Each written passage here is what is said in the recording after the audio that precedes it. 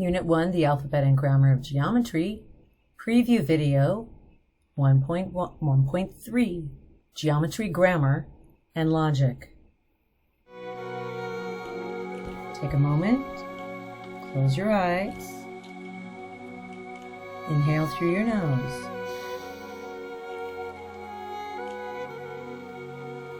Hold your breath. Exhale slowly.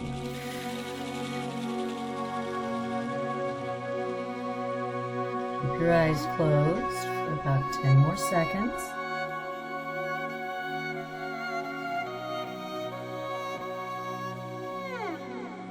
Open your eyes.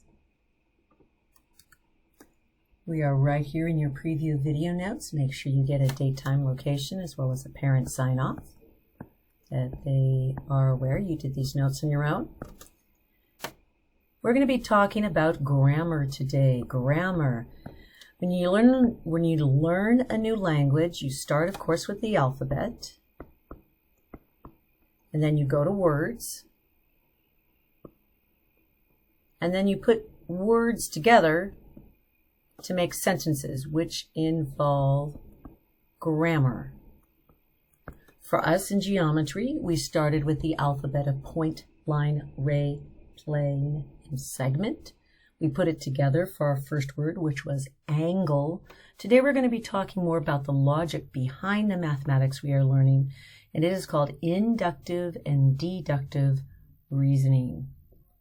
Take 10 seconds and look at all these photos of professional golfers.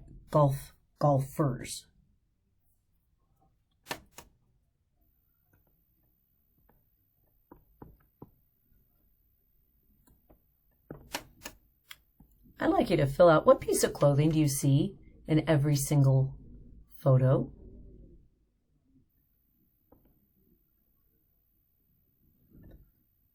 Imagine that you knew nothing about professional golf attire. To learn more, you decide to attend all the professional golf matches in a year and observe very closely each golfer's outfit. After observing hundreds of professional golfers on the course, you conclude, you observe, and you conclude that if someone is a professional golfer, then he or she always wears a hat on the course every single time. Some sort of hat. Their shirts are different, but every single golfer has a hat so that the sun doesn't get in their eyes when they're making a shot. Therefore, you come to a general conclusion that all professional golfers wear hats on the course. This process of logic is called inductive reasoning. Inductive reasoning.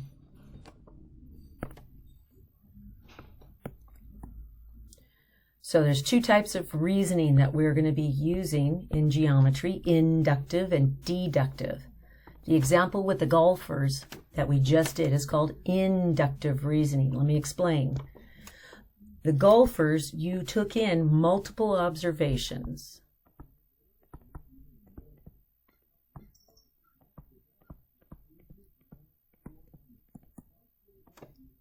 You went to dozens of matches, you saw hundreds of golfers, and you had multiple observations, and you come to the general truth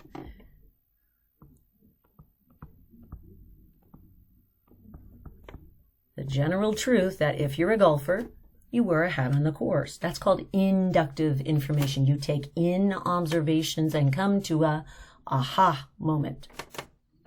Then there's a second kind of reasoning called deductive. Deductive is you take a general truth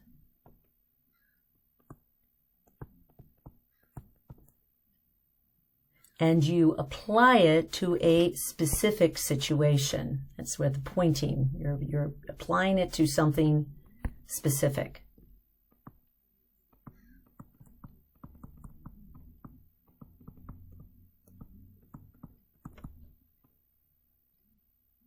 So let me give you an example of deductive reasoning.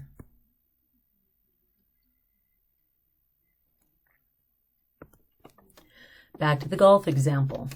After multiple observations, you come to the conclusion that all golfers wear hats on the competitive course. This is the general truth here. All golfers, general truth.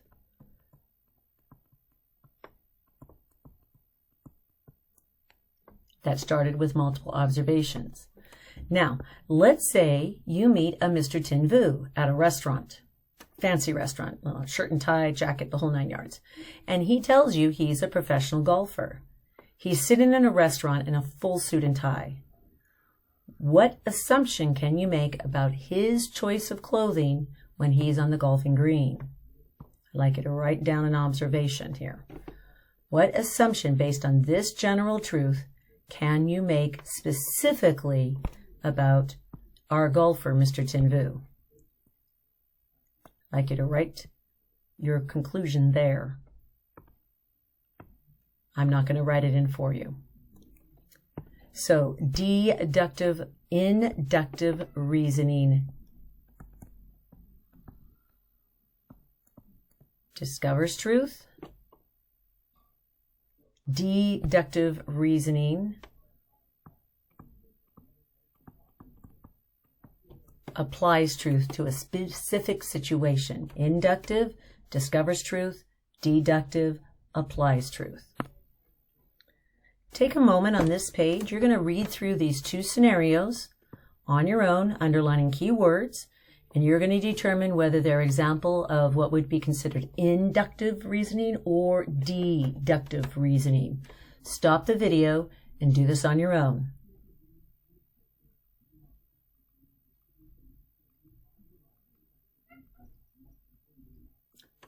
Welcome back. Did you actually stop the video and read this on your own? Let's see if you caught keywords here. For the Gabby Douglas, it starts with the known truth that Olympic athletes must win at a national level prior going to the international Olympic competition. Gabby Douglas competes in the Olympics, therefore you can conclude she must have won the national gymnastic championships. This would be an example of deductive. Why? Because you start with the truth and you apply it to a specific situation. Here we're testing a hypothesis about the rate of falling items not changing depending on its mass. Hundreds of experiments are conducted by dropping varying mass weights. And you come to the conclusion that they hit the ground at the same time, therefore items fall at the same rate regardless of mass. So here, notice you're conducting hundreds of experiments, which means you're starting with an observation and you come to a general truth.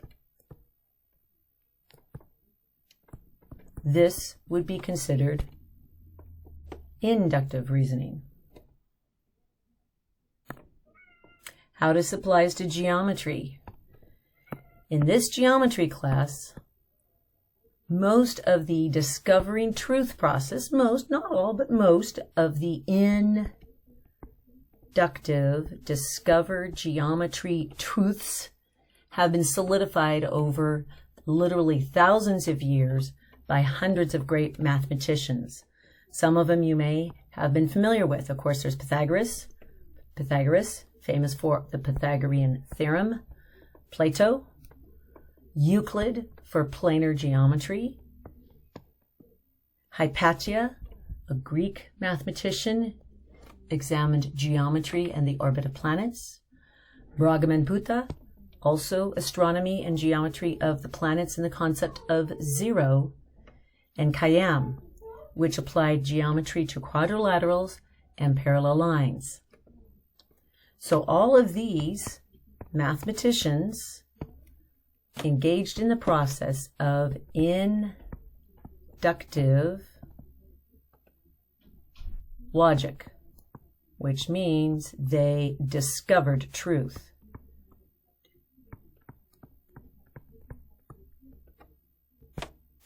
And when I say truth, we're talking about geometric truths, if you will. Therefore, the bulk of what we're doing in geometry class is going to be deductive reasoning. We're going to use these various truths to study shapes and solids. The truths come in 4 categories. They are definitions,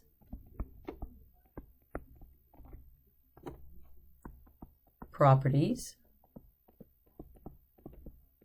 postulates, and theorems.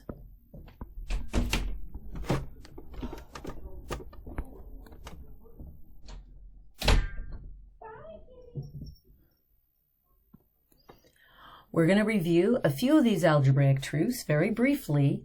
We're going to specifically go to algebraic truths because they're already familiar to you.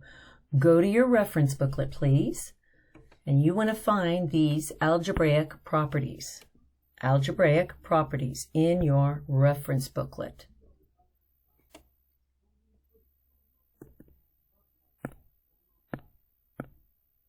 We're going to quickly review algebraic truths that we will use in this geometry class. It's a couple pages in Unit 1. This is in your reference booklet, folks. Ready? First, just write the word truth. These are already established, discovered truths. Again, they have been proven over the centuries through various geometric and algebraic mathematicians. The first one is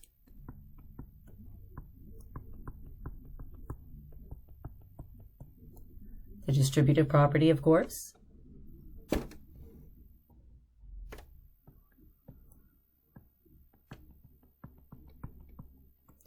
Notice here, you guys know this as collect-like terms. You're adding or subtracting on one side of the equal sign.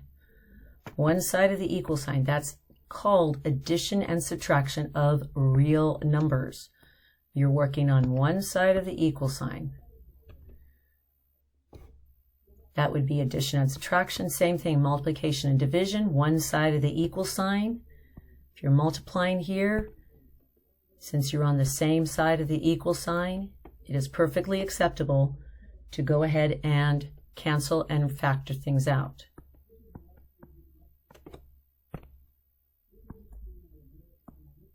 Five goes in there 3 times, 5 goes in there 4 times. And then you would, if you were to solve this problem, you'd multiply straight across.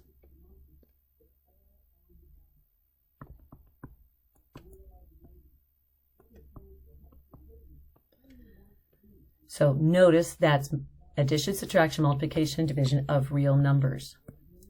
Now, when you start crossing the sides, we're going to have addition, subtraction property working on both sides of the equal sign, multiplication, division property working both sides of the equal sign.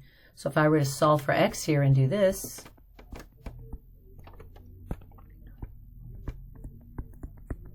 that would be called addition property.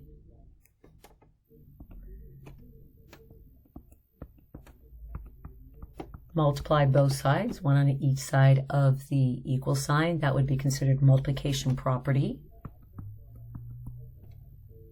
Divide both sides across the equal sign. That would be called division property.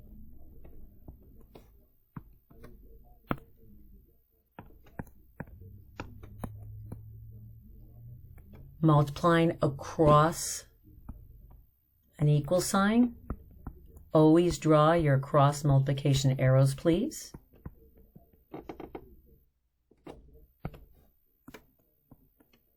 And when you're dealing with expressions, never do the distributive property in your head.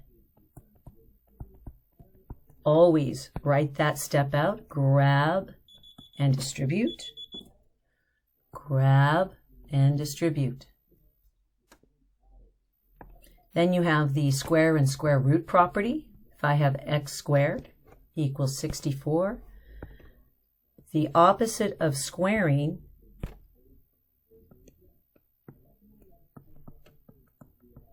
is square rooting. The opposite of squaring is square rooting. Say that with me. The opposite of squaring is square rooting. Look at the don't do this symbol to the right. X squared equals 64. The most common mistake I see is students want to divide by 2, and they end up with x equals 32. That would be an example of don't do this, because this 2 here is not a 2 in a numerical sense. It means multiply x by itself. So that 2 exponent is not canceled by dividing by 2. So be very careful. The opposite of squaring is not division. Now to undo a radical, the opposite of square root is squaring.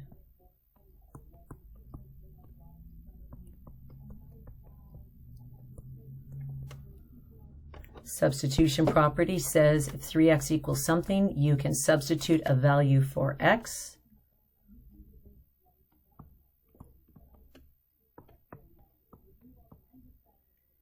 And here's a very common thing you need to distinguish. X plus x. I have 2 x's. X times x. X squared. Those are properties using variables. Alrighty, you want to take about 1 minute and verbally review the content of this lesson. Either talk back to yourself or review with the family member.